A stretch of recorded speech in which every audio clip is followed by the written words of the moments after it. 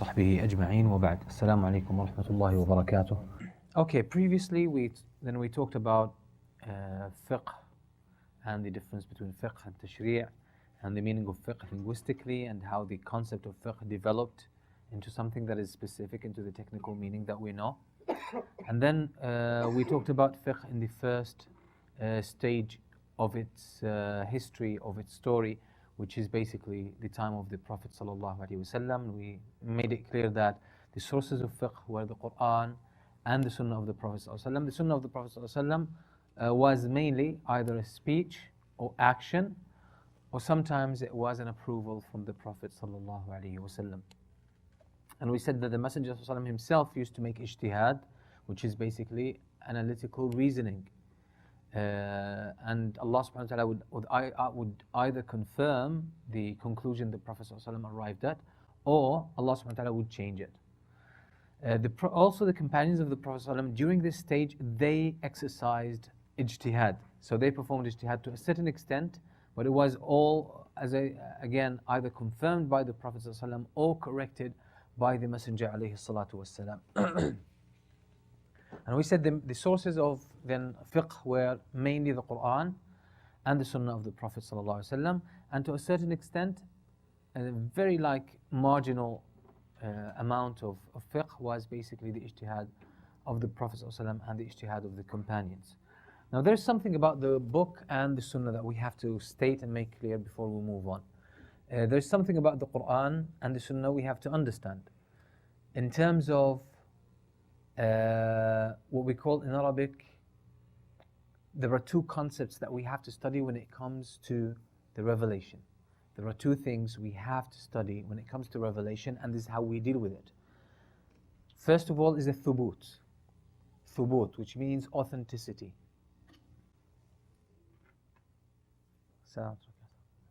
We decided to move your explanation later on because we already started. So the first one is a thubut, which is authenticity. We have to study and we have to be careful about it. We have to establish the authenticity of the text. And the second thing is ad-dalala. Ad-dalala. Ad-dalala could be translated as what the text refers to. What the text refers to. It's more of the study of meaning. The study of the meaning of the text. What does the text denote or connote? So what does it speak about directly? What does it speak about indirectly? So we have these two issues, al-thubut, which is authenticity, and ad-dalala, which is the meaning, or what the text refers to. Let's start first with al-thubut, the concept of thubut, which is authenticity. When can we affirm that a text is authentic? For example, the Quran, how can we confirm that this verse is actually from the Quran, is from Allah subhanahu wa ta'ala? Alhamdulillah, with this concept, the Quran, every verse in the Quran has been handed down to us in what we call at-tawatur. At-tawatur. At-tawatur is that a huge number of people narrate the same thing from one generation to the other. So the number of people at every level of narrators doesn't go low. It's always like a huge number of people that it becomes impossible for this text to be a lie or inauthentic.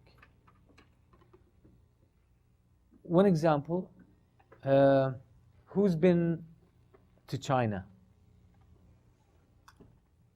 Okay, no one has been to China. How do you know China exists? A map, someone made the map. Someone wrote it. I heard somebody go there and so many people went there. So many people went there. Haven't you seen people anywhere from China in the first place? So you've received so much news, information, input about China. China's there. These things are made in China. Okay, that's probably the biggest tawatur today. Made in China. Yeah.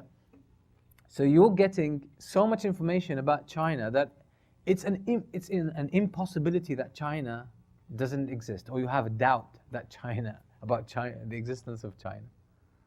Or does anyone have doubt that China is the biggest manufacturer country in the world? No one has.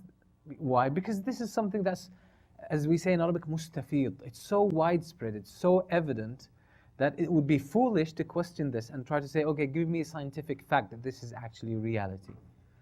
I mean, that's so obvious. It's mustafid. It's so widespread. The evidence is all over the place. You don't need to check it that way. Okay, so tawatur in that sense basically means that the text has been reported, taken from the Prophet ﷺ, right from that point until today or any time else.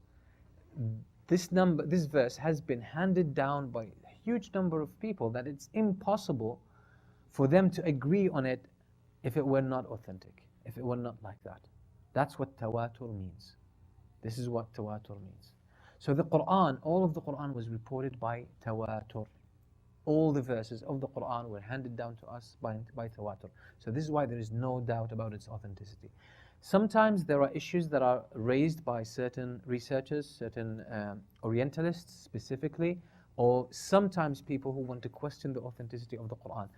If you really look at these questions, usually they are taken out of context. Usually taken out of their historical context. If you were to examine any state, so they would, for example, mention that when the Muslims or the companions were collecting and writing down the Mus'haf through the command of Abu Bakr radiallahu anhu, and who was the companion who was given that responsibility? Zayd ibn Thabit. Zayd ibn Thabit was given the responsibility to document the Quran in writing in one book, between two covers, in one book. Zayd ibn Thabit, for example, said that I found all of the verses in the Quran, and he said the last one that I found was two verses from Surah At-Tawbah. لقد جاءكم رسول من أنفسكم عزيز عليه ما عنتم حريص عليكم بالمؤمنين رؤوف رحيم. He says, this verse I only found it with Khuzaymah ibn Thabit. With Khuzaymah ibn Thabit. He was the only one who had it. So you'll find the Orientalists, for example, taking this or quoting this. It's authentic, by the way. Quoting this because it's Sahih al-Bukhari. Quoting this, and they say, you see, the Quran is not reported by tawatur. It's not like a huge number of people. This verse, he only found it with one companion. He only found it with one companion. How do we respond to this? And that's the problem. If we don't understand the context, if we don't see exactly what the companions were doing, and we hear this, the problem is that if you don't get an answer, it will stay as a seed of doubt in your mind. Then you'll hear another thing, and a third thing, and a fourth thing, here and there, and these things will pile up until sometimes they might get you to a point where you start questioning your iman and your faith. And this happens to our youth when they go to university. They study like Islamic studies under, especially in the Western universities, it's not Muslims who are teaching you. And the Western scholarship on Islam is not based on studying Islam for the sake of studying Islam. It's all built on the premise of questioning Islam. So they don't focus about Islam or what Islam teaches. It's basically about casting doubts and creating questions and doubts about the authenticity or about anything that is in favor of this religion. And for them, this is what they call, critical approach. So if you don't have a good study of Islam or a good understanding of Islam and the history of Islam and the history of the Quran, and you face these doubts, or what you start with is doubt, Islam doesn't, by the way, the Muslim scholars, their approach to this was the opposite of this. It was for them to establish the basics, understand the history, and when you have got all the pieces together, now you can look into doubts. So for those who go and study Islam in Western universities, they have to be careful. If they are not well versed in Islamic history and a lot of the issues of Islam, they are putting themselves in such great danger. Such great danger, because they don't have a basis, they don't have a foundation to stand on. So when they face these doubts, they don't have the tools, they don't have the information to challenge these, at least for themselves, to preserve their iman. And these seeds of doubt will be planted over and over until they get to a point where they could eradicate someone's belief in Allah. Especially with social pressure, media pressure, political pressure, all of this works together in order to make it hard for a person to stay Muslim and to believe in Allah subhanahu wa ta'ala. So this doubt, for example, they say, okay, Zayd ibn Thabit found it only with Khuzaymah. Found this verse only with Khuzaymah. You need to look at the other narrations. Zayd ibn Thabit, let's look first at the general context. A huge number of the companions memorized the Quran in full. There was a good number of the companions who have memorized the Quran in full. So that means Khuzaymah wasn't the only one, number one. Number two, when Zayd ibn Thabit emerged on this, he said, like, if Abu Bakr commanded me to move mountains from the Mount of Uhud from its place, bucket by bucket, it would have been easier for me than, doing this thing, which is compiling the Quran in one collection. Because he made a very strict condition upon himself. He said he would not accept and write down a verse unless the companion that he takes it from has memorized it and has written it. So if you put the statement of Zayd bin Thabit within this context, that means he actually found in Medina only Khuzaymah had it written. What about the other companions? At that time, at that stage, a huge number of the companions were actually out in the battles. Another time, the context is very important. What were the Muslims busy with at that time? Time of Abu Bakr. Hurub al-Ridda. Fighting the battles against the apostates, people who apostated and left Islam. And this is why Umar ibn Khattab came to Abu Bakr radiallahu anhu and he said, لَقَدْ اسْتَحَرَّ الْقَتْلُ فِي الْقُرَّاءِ. He said that a lot of the companions who have memorized the Quran in full, now a good number of them are being martyred in the battlefield. So he could see in his foresight and his wisdom that things might get worse, so let's document it now when we have it all memorized and written, we have everything clear. So that shows that not all the companions were still in Medina. A lot of them were actually out fighting battles. Again, another narration in Al-Bukhari from Khuzaymah, from Zayd ibn Thabit, he says, I found all the verses and I put them in the book except for one that I remember the Prophet ﷺ used to recite it, and it's from Surah At-Tawbah.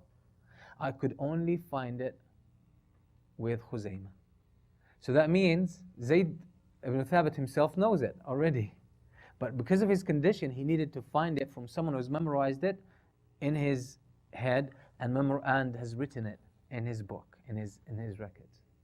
So basically the statement of Zayd ibn Thabit was about his strict approach to the collection of the Quran, and it has no indication about this verse being only known to Khuzaymah or one companion. Seeing all this context, it removes this kind of doubt. All other doubts that are cast upon this authenticity of the Quran or the Hadith, if they are treated in a similar fashion, you will see that they would not hold any criticism, any real criticism. Okay, so we're still talking about the thubut, authenticity. So the Quran was handed down to us by means of tawatur. So every verse in the Quran is mutawatir. That means it's been handed down to us through a huge number of people at each stage, that it's impossible, it's an impossibility for it to be problematic when it comes to authenticity. What about the sunnah of the Prophet ﷺ, the hadith of the Prophet ﷺ? In general, the hadith of the Prophet ﷺ has been preserved. There's a periphery of difference among the scholars. So the main body of hadith was reserved. On the periphery, you will have a number of ahadith. They could go in the hundreds or the thousands sometimes, where the scholars have differed. How much? Whether they are authentic or not. But for the main body of the hadith, you will find them to be authentic. So the main body of the sunnah has been reported authentically, and we know it. Tawatur. Was the Sunnah reported by Tawatur? No, it's actually a minority of the hadith were reported by Tawatur. That is, that the hadith was reported by a huge number of companions, then a huge number of tabi'een, then a huge number of atba' tabi'een, and so on and so forth at every generation. This is like a minority among the Sunnah of the Prophet ﷺ, and the scholars have written compilations of the mutawatir hadith. But most of the Sunnah was reported as what we call ahad. Ahad. So it's either mutawatir or ahad. What's ahad? Ahad basically means that the hadith was reported without tawatur. Without tawatur. So it could be, for example, a hadith reported by 5 companions, 5 tabi'een, 6 atba' al-tabi'een, 10. This is called ahad. Ahad, although it's taken from wahid, from one, but it doesn't mean it's only been one single narrator at one stage. But it means it did not reach the level of tawatur. It's not a huge number of people reporting it at each level. So it was reported by a lesser number of people. There is no specific number, whether it's 5, 6, 7, what's the least. There's no specific number because it's more of a judgment of the scholar of hadith. Sometimes the reliability of the narrators, if they are probably, let's say, 5, it could be sometimes more powerful in terms of their memory and their understanding. This hadith could actually have more power and more authenticity than a hadith that has been reported by 30 people at the same level.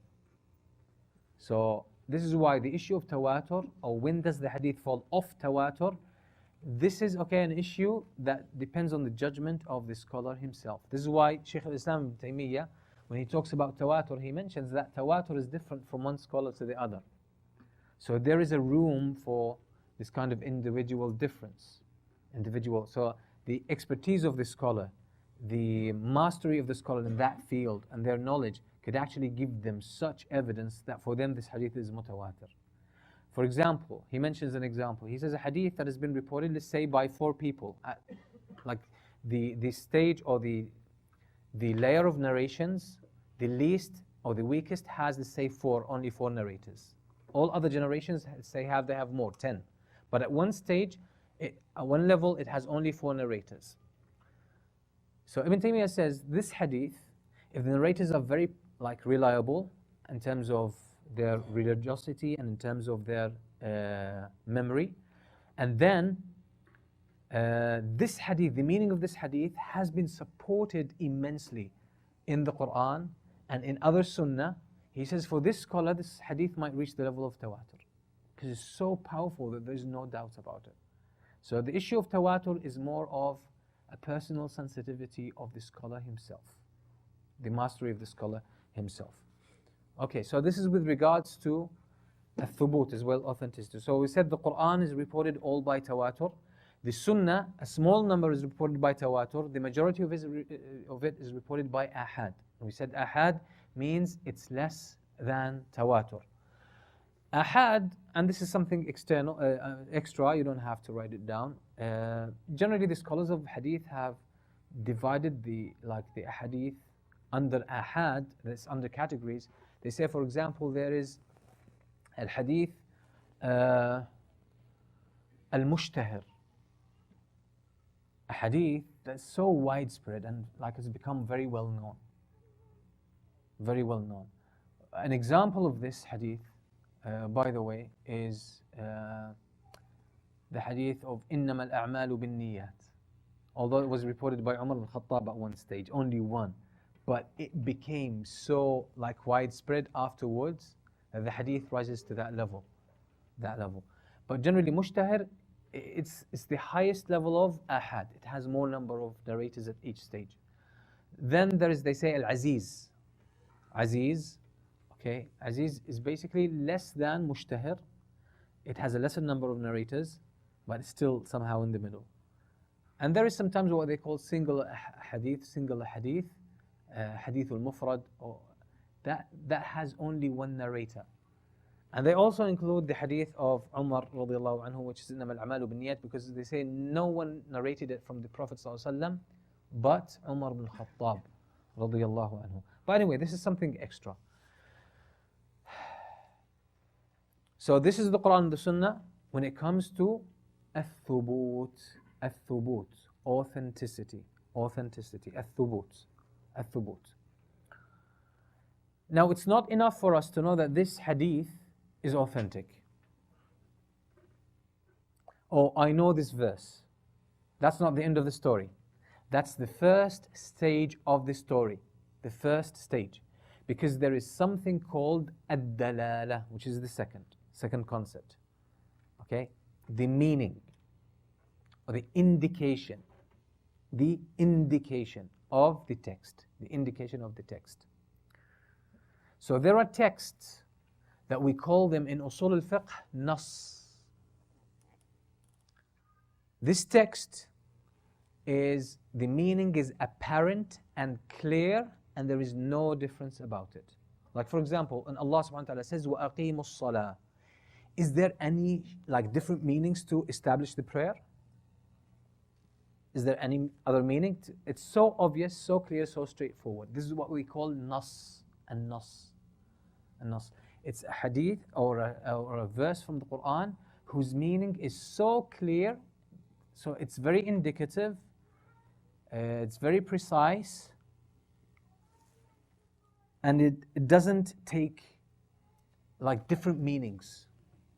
It doesn't allow, this text doesn't allow different debating meanings or conflicting meanings. It's one straight fixed meaning.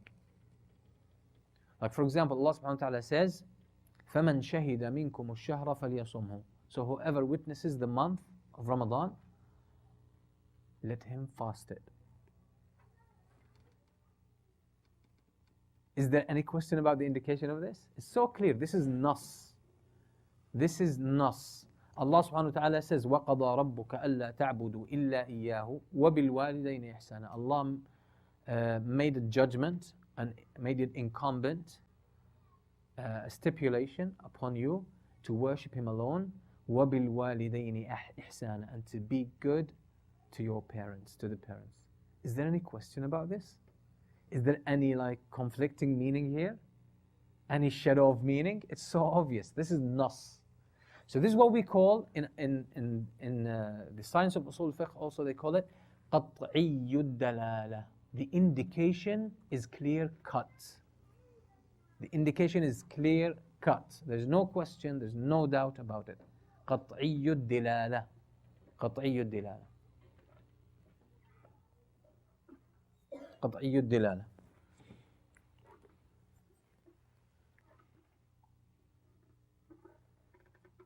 And there is a text that allows more than one meaning.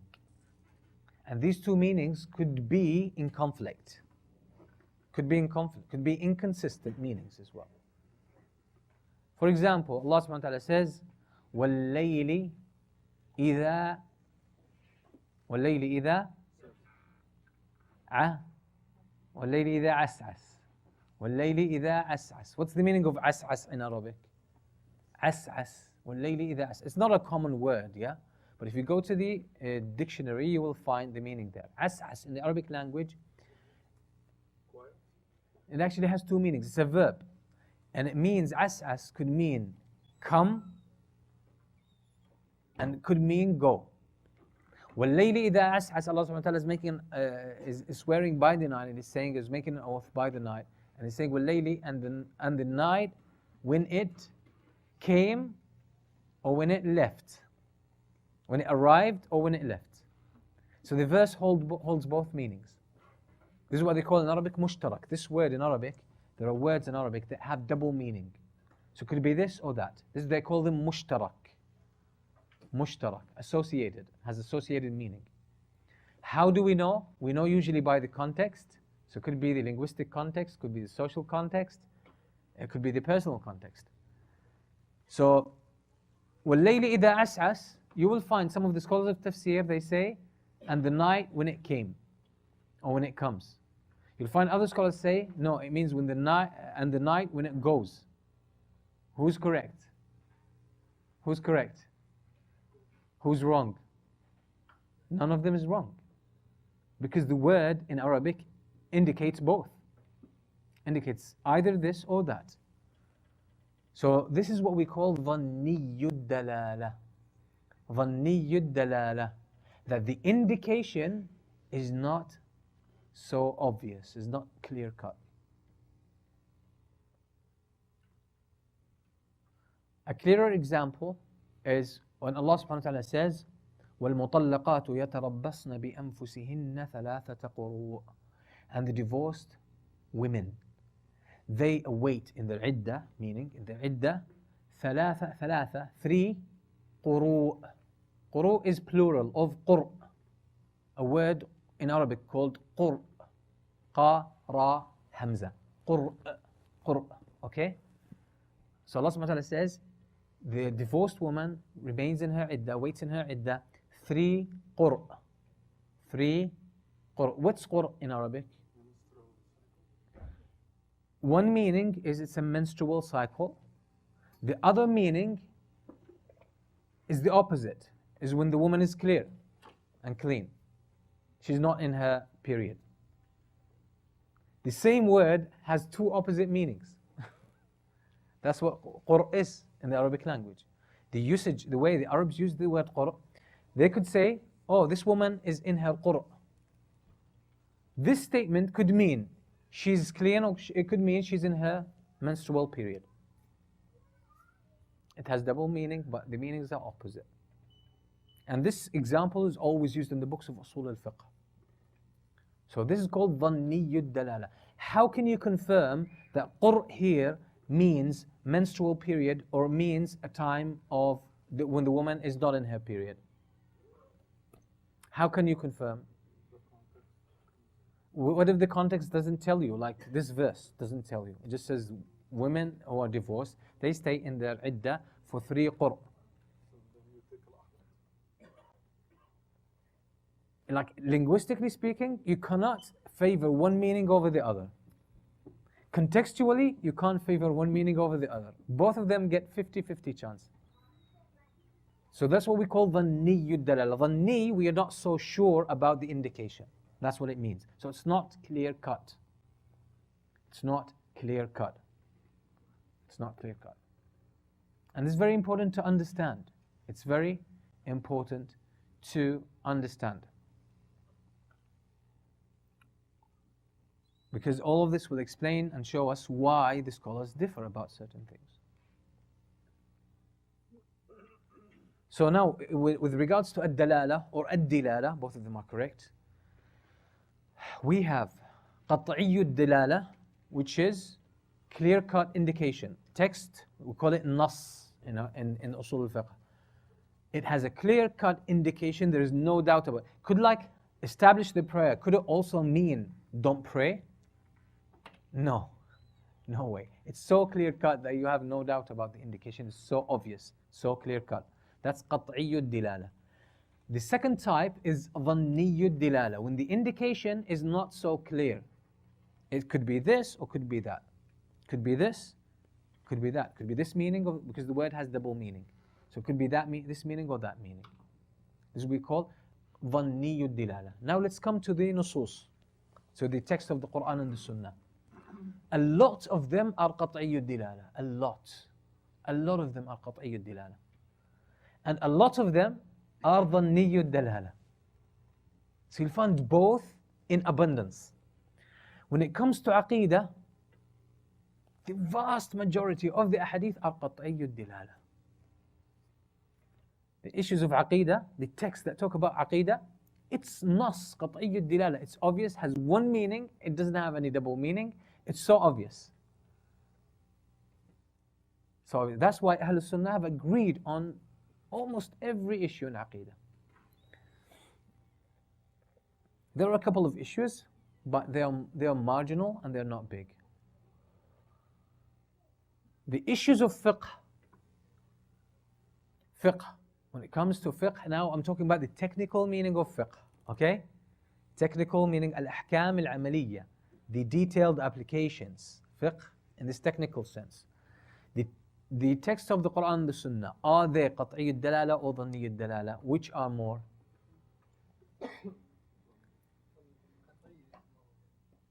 Okay, here we need to do what we say in Arabic, tafsil. We need to, there's one black answer is not right. We say for the general principles, principles of how fiqh works, like for example, saying the general principles, you will find them in usul al-fiqh, and you will find them in al-qawa'id al-fiqhiyya. You will find them in the principles of fiqh, the science of usul al-fiqh, and you will find them in the fiqhi maxims or principles. The principles, for example, one of them, ad-dararu yuzal. Any harm should be removed. Is this qat'i dalala or dhanni? This is qat'i. It's clear cut because you'll find it everywhere. Even though it's not, maybe it's not always stated, but in almost everything in the Sharia, you will find this indication is there. So when it comes to the general principles that govern fiqh, the general guidelines, you will find them qat'i dalala. You'll find the text talking about them so clear. And the number of texts that indicate them sometimes indirectly are so powerful that they are overwhelmingly clear cut. But when it comes to the single issues, is this halal or haram? Is this halal or haram? For the most part of the fiqh, you will find most of it will be dhanniyud dalala. Most of it will be dhanniyud dalala. So it's not so clear cut. And this explains the differences in fiqh among the companions of the Prophet ﷺ, the differences of the fiqh among the scholars afterwards, the tabi'een, and even the ones after them, like the four imams, and so on until our day. Until our day. Why? Because the texts allow for more than one meaning. They do allow. Specifically, if you bring 2, 3, 4, 5 texts that pertain to this issue, you bring them together, you will find that, wow, there's room for this kind of difference. And that's what the scholars call al-khilaf al-mustasagh. The difference or disagreement that is allowable. That makes sense. There is reason for it. There is reason for it. Okay, so now we're done with this concept, or these two concepts about the Quran and the Sunnah that we have to understand. So about thubut, al-thubut, which is authenticity. And we said the Quran is all authentic, and it's all been reported by tawatur. The Sunnah, for the most part of it, we know the authenticity of it. And smallest part of it was reported by tawatur, and the biggest part of it was reported by al-ahad. That doesn't mean ahad are not authentic, by the way. Ahad are authentic. Are authentic. So it's talking about the number of narrators. That's what it's talking about. And the second principle, or the second concept that we studied is ad-dalala or ad-dilala, indication, or the meaning. Is it clear-cut, qat'i, ad-dilala, or is it dhanniyud dalala? Is it not so clear-cut of an indication? Now let's just have a reflection on what the Prophet ﷺ, look at, have you ever heard or seen a hadith or verse that tells, for example, about salah, about the prayer? The pillars of the salah are 1, 2, 3. The obligations of salah are 1, 2, 3. The sunan of salah are 1, 2, 3. Have you ever seen something like this in the Quran or the Sunnah? Al-arkan, al-wajibat, as-sunan. Have you seen this kind of indication and academic approach? No. How did the companions learn from the Prophet ﷺ? How did they learn how he prayed? They watched him. They saw him pray. That's it. They saw him pray. As simple as that. How did they learn to make wudu? It's so clear in the Quran, Surah An-Nisa and Surah Al-Ma'idah. Generally speaking, wash your faces, wash your hands to the elbows, wipe your heads, and wash your feet. That's what the Quran says. Then the Prophet ﷺ exercised this in front of them. They saw that and they learned it. The Prophet ﷺ didn't say, oh, this is a rukun, this is a pillar, this is wajib, one of the obligations of wudu, this is one of the sunan. It's like, okay, it's a good thing to do in wudu, okay, but even if you miss it, it's not a big deal. And this is why the companions learned the best. And for generally speaking, for the general masses of the Muslims, that's the best way to teach them. Now the scholars developed later on this classification of obligations, pillars, recommendations, etc. They developed this for academic reasons, for people who want to study Islam to become scholars, to become students of knowledge. So they have it all codified in their heads and in their books. So they know how to classify it, how to organize it, how to refer back to it, how to archive it, and so on and so forth. But the knowledge of Islam is practical. The knowledge of Islam is organic. It's something that you learn by practice, by mixing. This is how the companions learned. How did they learn how did the companions later on conclude that this thing is a pillar? Because like someone missed it. One of the companions missed it. He comes to the Prophet and he said, I missed that.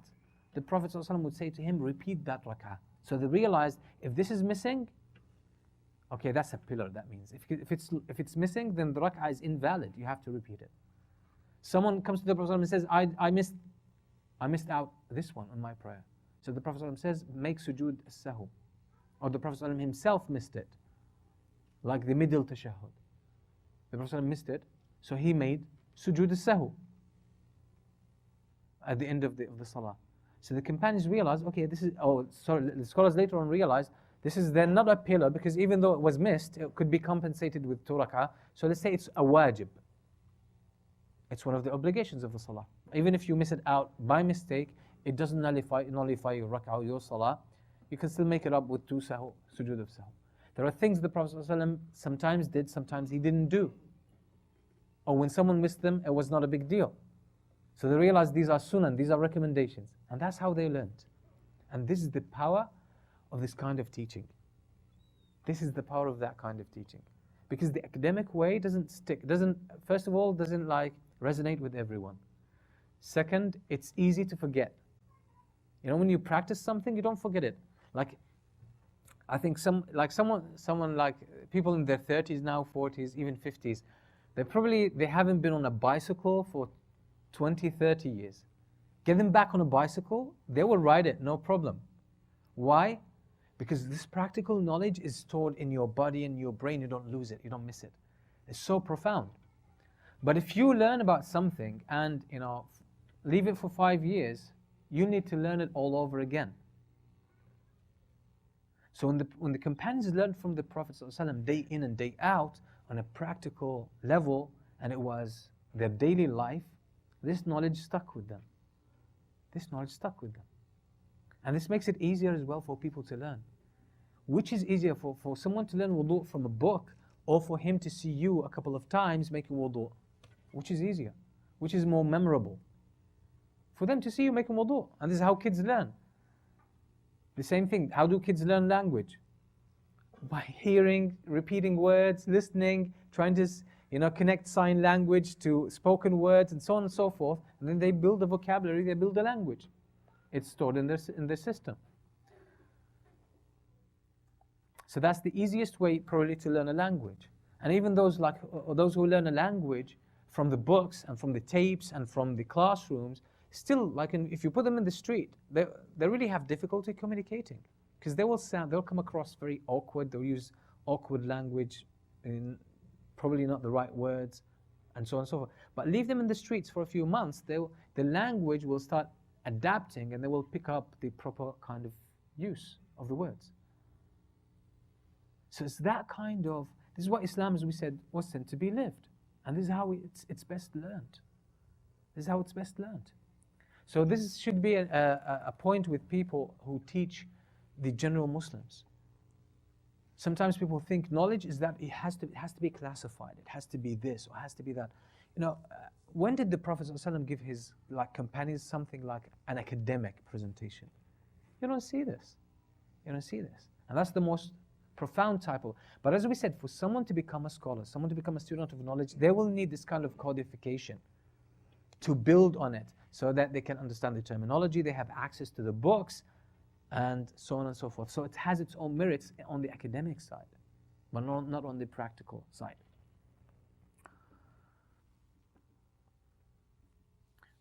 Okay, now we will be talking about the era of the companions of the Prophet ﷺ. We saw when the Prophet ﷺ passed away, now the companions had the book and the Sunnah. They had the book and the Sunnah. The book, as we said, was written, it was already there. A lot of them memorized it, and it was recited widely.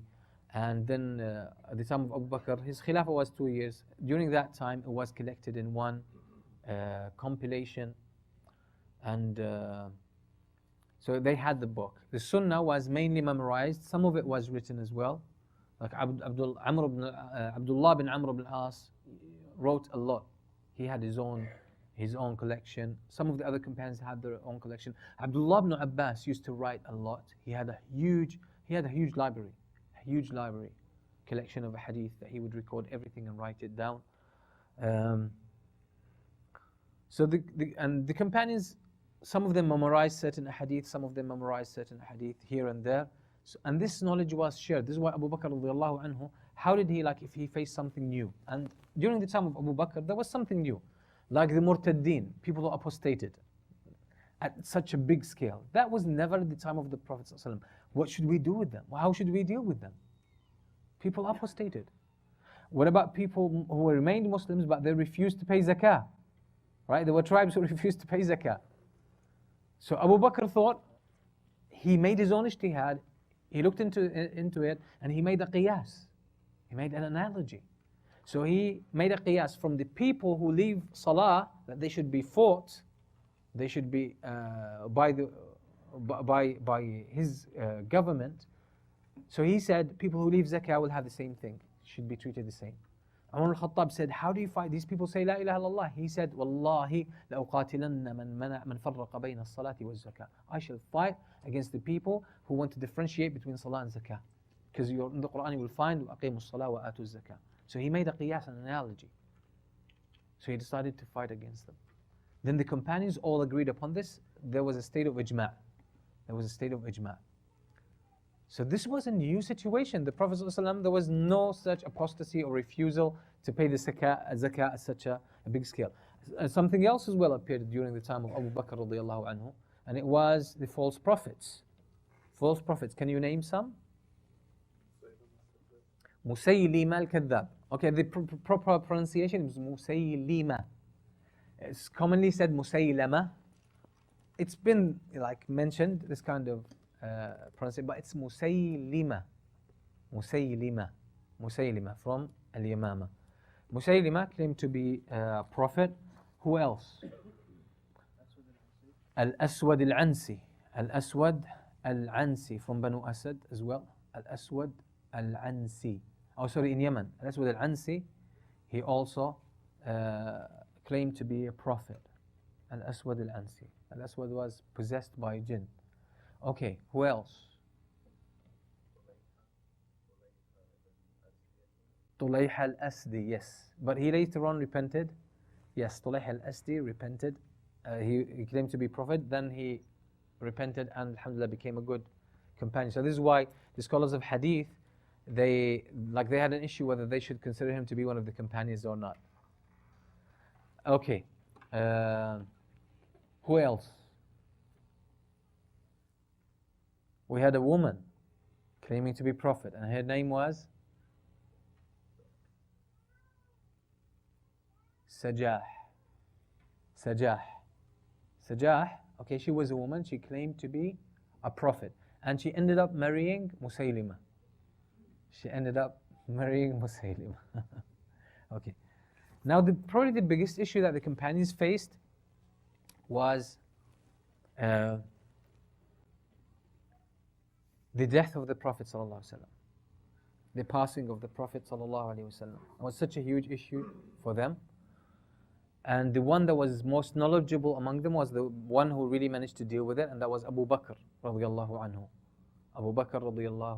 anhu. And that shows you Abu Bakr had the deepest fiqh, the proper kind of understanding that the Messenger ﷺ during the later part of his life, in one khutbah he said, إِنَّ عَبْدًا خُيِّرَ بين زهرة الدنيا وبين أن يبقى في الدنيا أو أن ينتقل إلى الله عز وجل. Allah, that he says one servant was given the choice whether to stay in this dunya and enjoy it or just to depart and leave to Allah subhanahu wa ta'ala, and he chose to leave and be with Allah subhanahu wa ta'ala. So none of the companions figured out what the Prophet ﷺ was insinuating, but Abu Bakr was sitting there and he said, Ya Rasulullah nafdika بِآبَائِنَا وَأُمَّهَاتِنَا وَأَنفُسِنَا.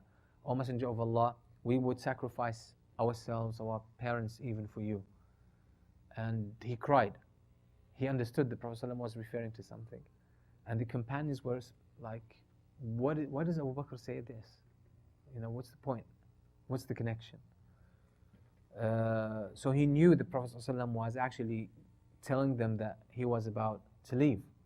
And this is why he probably was the firmest one when the Prophet ﷺ passed away. A lot of the companions didn't know how to handle this. They were in a state of shock, in disbelief. Even Umar al-Khattab radiyallahu anhu. But when Abu Bakr radiyallahu anhu came, he recited the Quran. He said, وَمَا مُحَمَّدٌ إِلَّا رَسُولٌ قَدْ خَلَتْ مِنْ قَبْلِهِ الرُّسُلُ. And Muhammad is only a messenger before whom messengers came. أَفَإِن مَّاتَ أَوْ قُتِلَ انقَلَبْتُمْ عَلَىٰ أَعْقَابِكُمْ. Is it if he is killed or if he dies that you turn back on your heels? So Umar al-Khattab says it was like as if it's the first time I hear this verse. Because that's of the profound understanding. The profound understanding was reflected on the attitude of Abu Bakr radiallahu anhu. So they had issues. What to do with the Prophet ﷺ? Should we wash him? Or should we just bury him? Because he's a prophet. They don't know how to deal with that. But they agreed finally. They agreed on washing him. Without taking his clothes.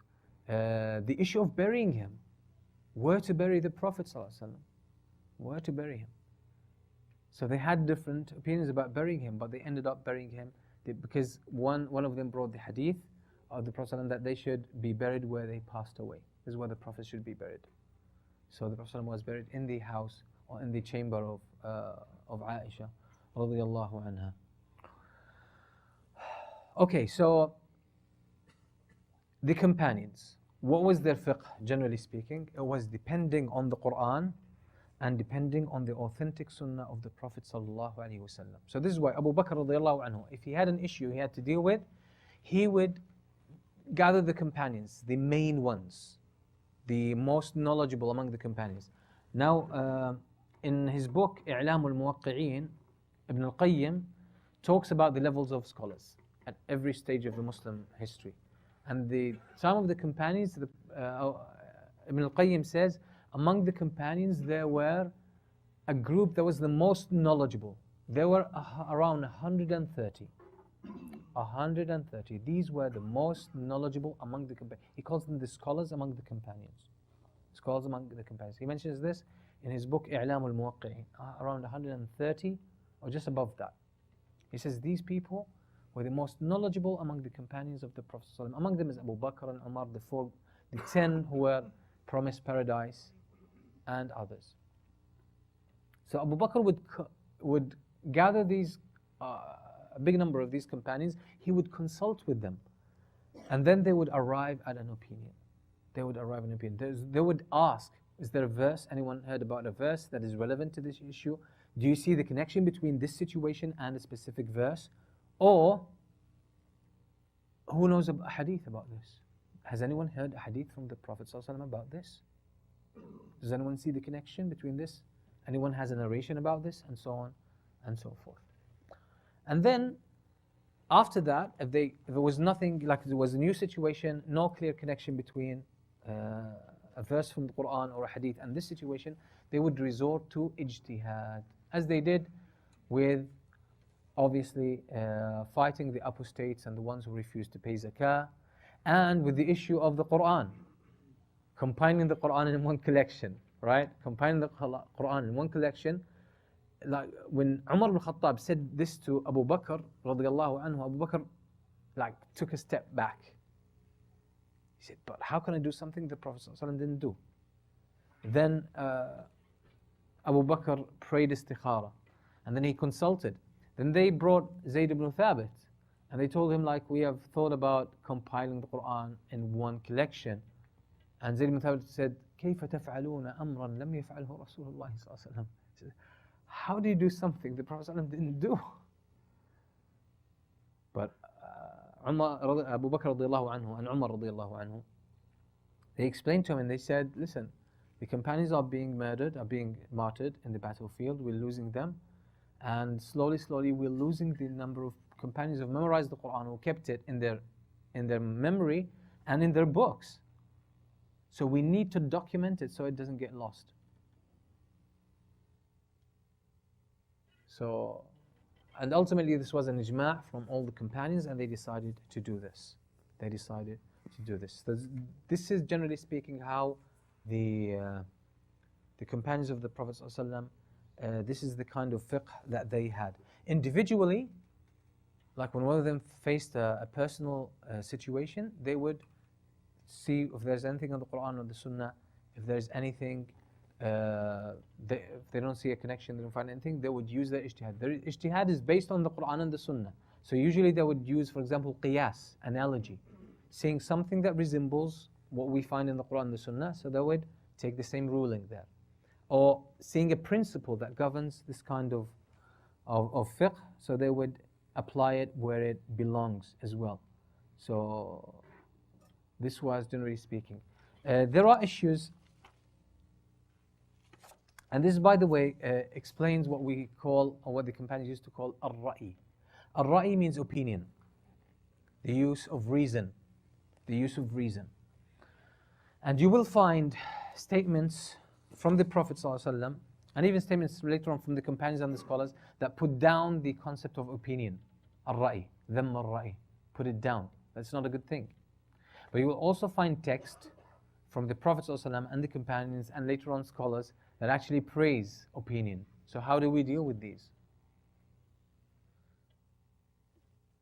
When there is a nas that is qat'i dalala, then at that point, then ra'i should not... Exactly. If we have a text that is a nas, that is clear-cut, qat'i dalala, there's no room for opinion. But the text has to be clear-cut, because sometimes you might think it's clear-cut, but it's not. So who decides? People who understand the Arabic language, people who understand the Quran and understand the Sunnah, and they have very profound understanding of them. They can tell you, oh, this has only one meaning. Because sometimes you only see one meaning, but that because you don't understand it very well. That's because you're not up to a level where you could really understand the other meanings of the text. Okay, excellent. So al-ra'i is blameworthy when it contradicts a text, or when there is a clear indication from a text, and then we bring another opinion. There's no room for opinion here. Okay, when is opinion al-ra'i? When is it good? When is it bad? When do you think it's good?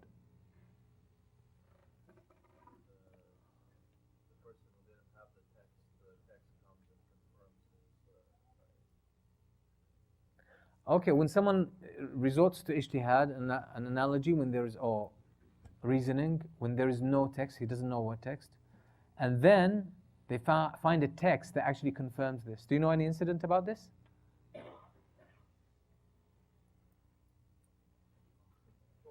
Okay, it happens, subhanAllah, and it happened to Abdullah bin Mas'ud radiyallahu anhu. He had an opinion about the woman, like when the nikah is made, let's say a man performs the nikah, they write the marriage contract, okay, but they do not consummate the marriage yet.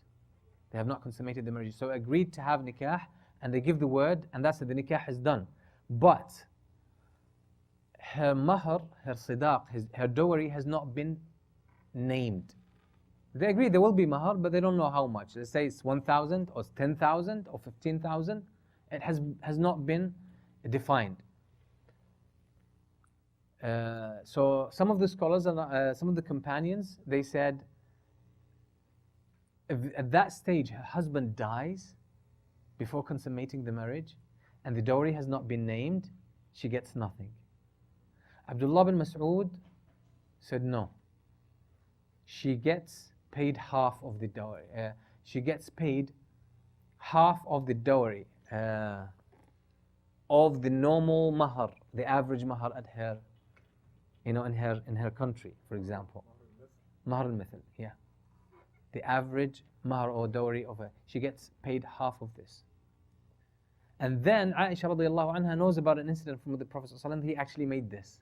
So when Abdullah bin Mas'ud heard this hadith from Aisha, he made sujood shukr, sujood of gratitude to Allah subhanahu wa ta'ala. Because his ijtihad was in accordance with the text. But he had no, previously, he didn't know about. Talking about the companions of the Prophet ﷺ. So they were facing new issues. They were facing new circumstances. So they needed to find out the ruling of Allah subhanahu wa ta'ala about these issues.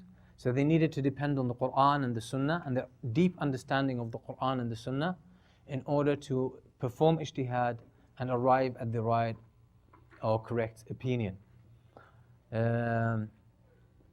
There is something about, and I find the need to clarify this, the understanding of the companions is the best ever. The understanding of the companions is the best ever. There is no understanding that could compete with it at all. No understanding of the deen could compete with of any people, compete with the understanding of the companions, because they learned directly from the Prophet ﷺ, and they learned in a way that was, as we said, dynamic and organic. In their daily interactions with the Prophet ﷺ, they would ask questions to the Prophet ﷺ, and Allah would answer in the Quran. There are 13 places in the Quran where Allah subhanahu wa ta'ala says, وَيَسْأَلُونَكَ, and they ask you. Then Allah gives the reply 13 times. 13 times, and these are from the companions, these specific times. They were from the companions of the Prophet ﷺ. This is why one of the companions says that نِعْمَ الْأَصْحَابُ أَصْحَابُ مُحَمَّدٍ ﷺ. The best of the companions are the companions of the Prophet ﷺ. All this time, they asked the Prophet ﷺ 13 times only. 13 times only. They would wait for the Prophet ﷺ to clarify to them. And this is why, like some of the tabi'een, some people would ask them so many questions, they would say, this kind of questions, you were not required to ask these questions. If something was clarified to you, you take it. If something was not mentioned to you, you don't ask about it. Unless, now that doesn't mean if you have a situation you don't ask what's the Islamic ruling. But that means don't come up with strange questions thinking, what if this happens? What if that happens? Okay? So the understanding of the companions radiallahu anhum was the best. Because they lived with the Prophet ﷺ, they saw when the revelation was revealed. This is why Abdullah ibn Mas'ud radiallahu anhu said, اعرفوا لأصحاب محمد حقهم. For the companions of Muhammad ﷺ their rights and their merit. فإنهم كانوا أبر هذه الأمة قلوبا. They were the best in terms of hearts of this whole ummah.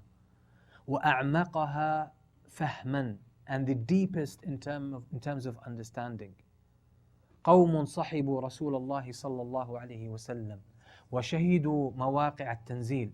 There are people who lived with the Prophet ﷺ, and they witnessed firsthand the revelations being descending on the Prophet ﷺ, in which situation and in answer of what questions. So they had a very profound understanding of the deen. She said, فَاتَّبِعُوهُمْ وَلَا تَبْتَدِعُوا. So follow their guidance, follow their way. Because their understanding is profound. Although they did not use academic language, they did not use a lot of classifications and words and here and there, but their knowledge and their understanding was the deepest.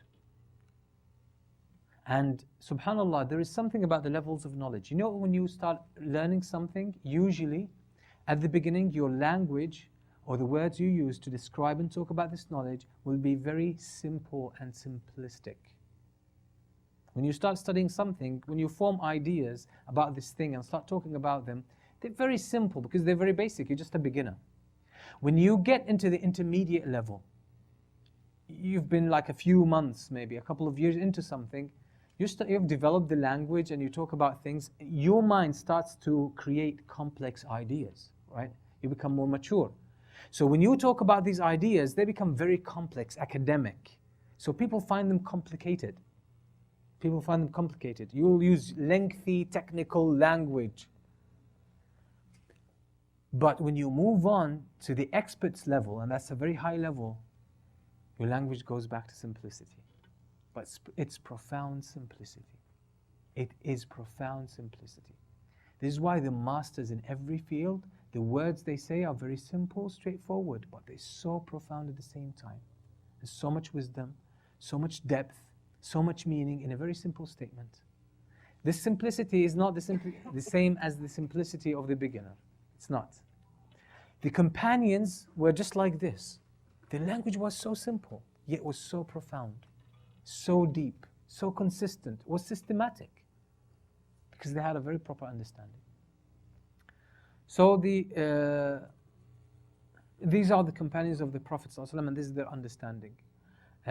Just to show some of the aspects, since the companions of the Prophet ﷺ, some of them witnessed the Messenger ﷺ saying something, others did not. Like someone was with the Prophet ﷺ today, one day, and there was an incident. The Prophet ﷺ talked about this incident and explained the ruling about it. Maybe Umar ibn Khattab radiallahu anhu on that day was not with the Messenger ﷺ. He did not hear this hadith. He didn't know this hadith. So Umar al-Khattab doesn't have that knowledge. But by mixing with the Prophet ﷺ, he has profound knowledge. He has a lot of the knowledge of the Prophet ﷺ. So some companions heard certain hadith, some other companions heard another, hadith, and so on and so forth. So sometimes a companion would face a situation and he would not have a hadith to answer it after the Prophet ﷺ. And he would ask and he would not find the hadith. So he would perform ijtihad. He would perform ijtihad. Another companion would perform another ijtihad. Or maybe another companion is following a hadith that he knows about this issue. So this is why they differ. Another example as well would be the companions were still human beings. So they would interpret certain things the Prophet ﷺ did in different ways. Like there's a scholar, an Indian scholar, this is a very exceptional scholar. One of the he passed away about 300, 250 years ago. Waliyullah al-Dahlawi. Waliyullah al-Dahlawi. Very profound scholar. Really, this man was a genius. He wrote a book that is actually a masterpiece. And, huh? Is he the same guy who wrote Taqlisul Islam and Madafil Shaitan? I believe so, yes. He wrote a book, and this book is a marvel until today. And it's called Hujjatullah al-Baligha. Hujjatullah al-Baligha, 2 volumes, profound. It's not easy even to understand. This man has so much wisdom in his writings. In his book, and he has another book as well, I believe I have access to it.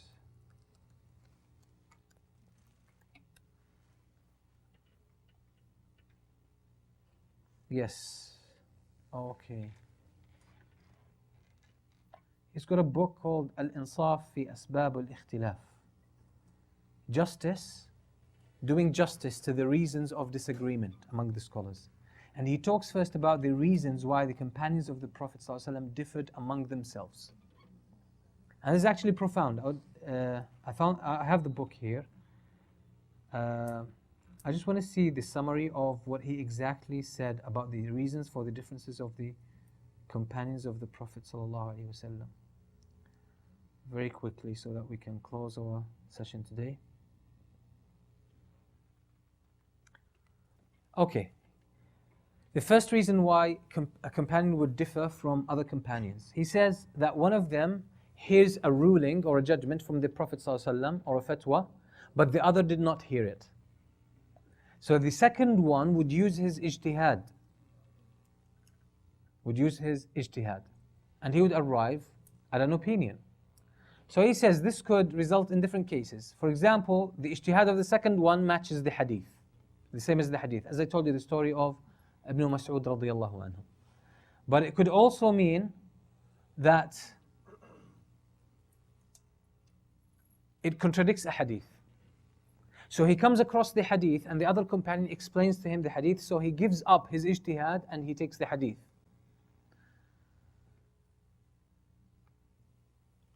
But he could make an ijtihad and be other than the hadith, yet the hadith arrives to him and for some reason he's not convinced.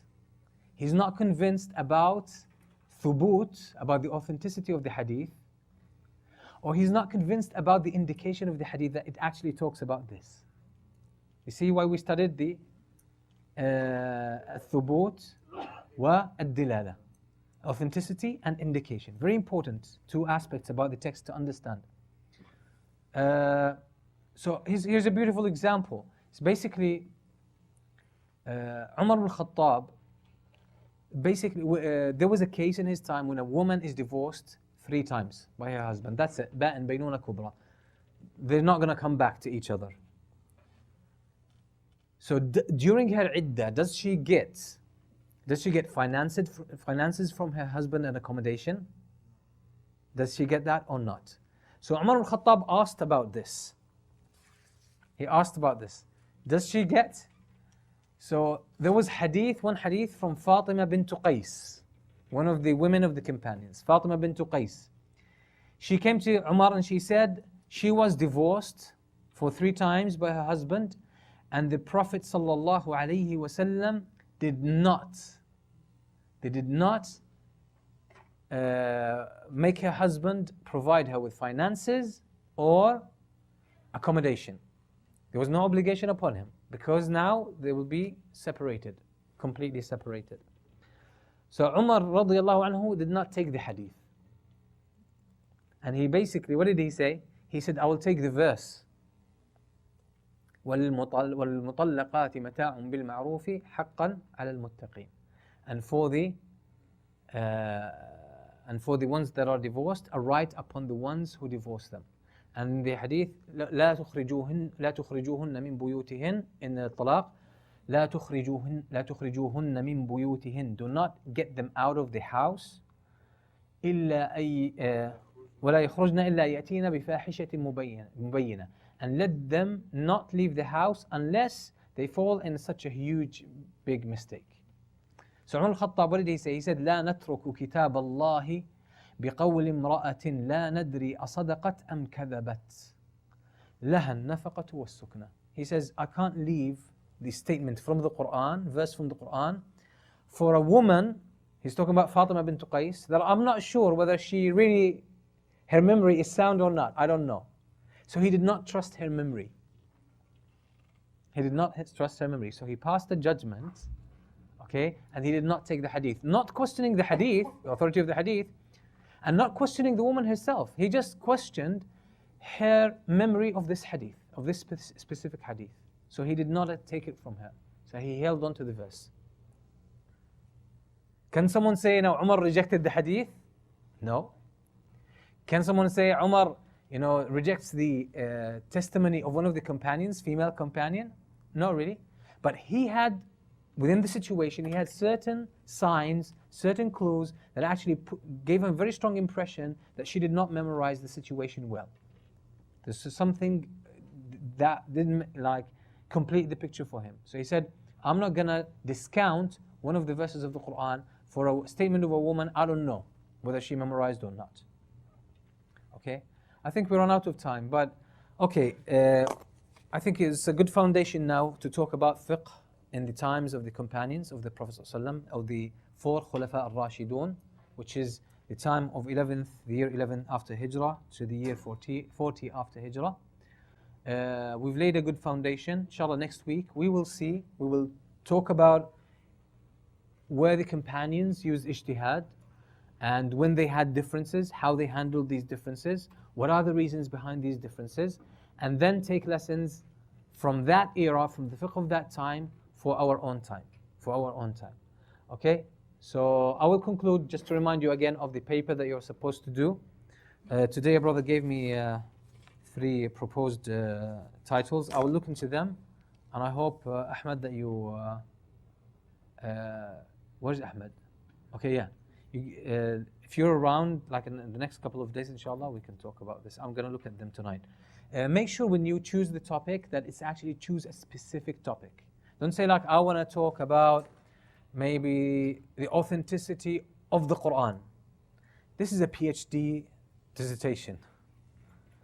No, talk about something specific. Like one of the sisters wants to talk about ijtihad. Talking about ijtihad actually requires 4 PhDs. So talking about ijtihad, pick one subject. Let's say, okay, take a literature review, historical review of ijtihad throughout the ages. So that's, you take it from sources, from references. And then you need to make original point of research to a certain extent, which is basically, okay, let's see how we can apply ijtihad, for example, to issues of mortgage today. Or maybe, let's say, some of the pressing issues of our times. Choose one subject, one topic, so that you can research it idealistically. You can see what the scholars talk about. You're not going to research it as a scholar, but as a student of knowledge who sees what the scholars say about this. Where did they, for example, implement ijtihad? ijtihad of this scholar, ijtihad of that scholar, what's the difference between this and that, and so on and so forth. So basically you are practicing something we're talking about, and you are discussing an issue that is of value and benefit to us, at least Muslims living in the West at this stage and time. Okay, so be specific. You can start very broad for your review, but ultimately you need to get to a point which is very specific. Very, very specific. You need to narrow your research down so you're talking about something. Otherwise, it will be just copy, paste, putting some stuff together and handing it out. And that's not research. That's copy, paste. What you need to do, and mind your references as well, you need to create some kind of review, but you need to produce some kind of, show me an original piece. Something you really put your mind into. It's not that you collected from some sources here and there. Something you really worked on. So you see, like the opinions of certain scholars about this, or we need to make ijtihad about this specific issue. What do we need to know about that? Who can we consult to know about this? We need experts in the field, and we need scholars in terms of knowledge, and so on and so forth. Just an example. So find the topic that is most appealing to you, and let me know. I can help you out, inshallah, choose from a few topics. Jazakumullah khair. صلى الله وسلم على نبينا محمد وعلى آله وصحبه وسلم.